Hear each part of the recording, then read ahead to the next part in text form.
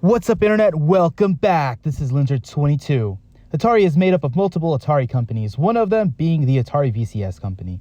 Since Atari Games makes up one of its branches, which actually makes up the bulk of the parent company's profits, we may never see exclusives on this console. But before I get into it, let me just remind you guys that this is a forum discussion video. So if you have opinions on whether Atari is going to have exclusives or not, let me know down below for discussion.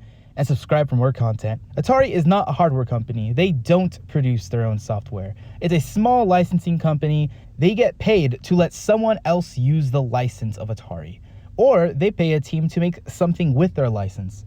Because of this, I don't think Atari has the capacity to actually make anything, to sell anything on their system, or be a system seller. If Atari were to one day say to themselves, that's it, we only make games for the Atari VCS from now on, that's a huge opportunity cost, meaning they're leaving money on the table. Much more than what the VCS could ever promise. If they were to pay a team to make Roller Coaster Tycoon for VCS exclusively, that could actually take away from a future Roller Coaster Tycoon project that would make a lot more money if Atari didn't mess around with their IP. They would have to pay good money for a talented studio to design a piece of software for a console with a very small user base. But as we all know, Atari is known for being a bunch of penny pinchers. If they do get a team to design an exclusive, it will be an inexperienced group of individuals straight out of college, which could come out good, but one could assume it wouldn't. Because, I mean, you do need experience in order to create a thing that's system seller, and it's not always true, but generally speaking, it's usually experienced developers that make good software.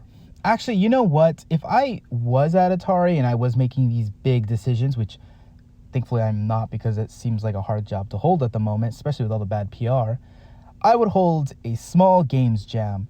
That's a thing where you have a bunch of developers, I don't know, spend a day to make a game, and then you kind of vote on which game is better. So yeah, I would hold a small games jam with young developers to make a game within, let's say, 1 week. After the weekends, I will narrow down, or I'll have a panel that would narrow down the best ideas into, let's say, 10. And then I would take all of the developers and have them choose which team do you want to be on. I'll give them about 3 to 6 months to finish the said games. And once those games are finished, they will be free for all the VCS early adopters. This would give young developers the incentive because they actually get noticed and their games get played. It's a chance for them to make a name for themselves. And it also will give something to the early adopters because, you know, they invested in your console and you haven't really given them anything to look forward to. And this could also potentially create the much needed teams that they need, because they obviously do not have teams, especially if they are a licensing company. Now, of course, I know 3 to 6 months is not enough to make a real game. But at this point, late in development and knowing Atari, they are all penny pinchers like I mentioned earlier. And I feel 10 free small games developed by students given to people who are early backers to your consoles, kind of a win-win. That is, if this thing actually does come out. But we already know Atari, and they would never do anything like this. From the way they do business, I don't see them building up a library of exclusives. That's not how they do business. They kind of like to do the one and done and then make a quick buck and then move on to the next thing. In my own opinion, they should have already put together a team to make a system-selling IP that suggests the modern retro joystick is essential and a reason to pick up a VCS. Yeah, you know that joystick that they advertised at the very beginning? It's different enough where that could have been the incentive.